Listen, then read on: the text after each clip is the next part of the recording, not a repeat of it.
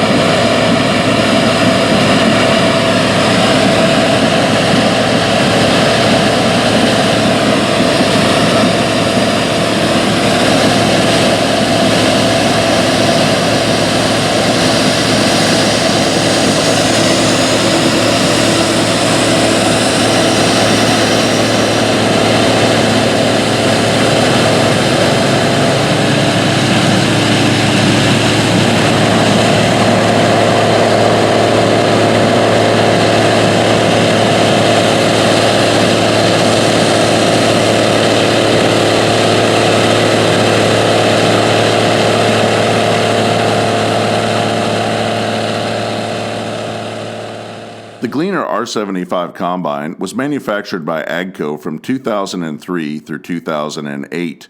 It was the largest combine available from the company during this time period. It is rated at 350 horsepower. It's equipped with a 330 bushel grain bin, and the combine harvesting corn in this video features a 28-foot long turret-style unloading auger that will pour grain out at 2.9 bushels per second.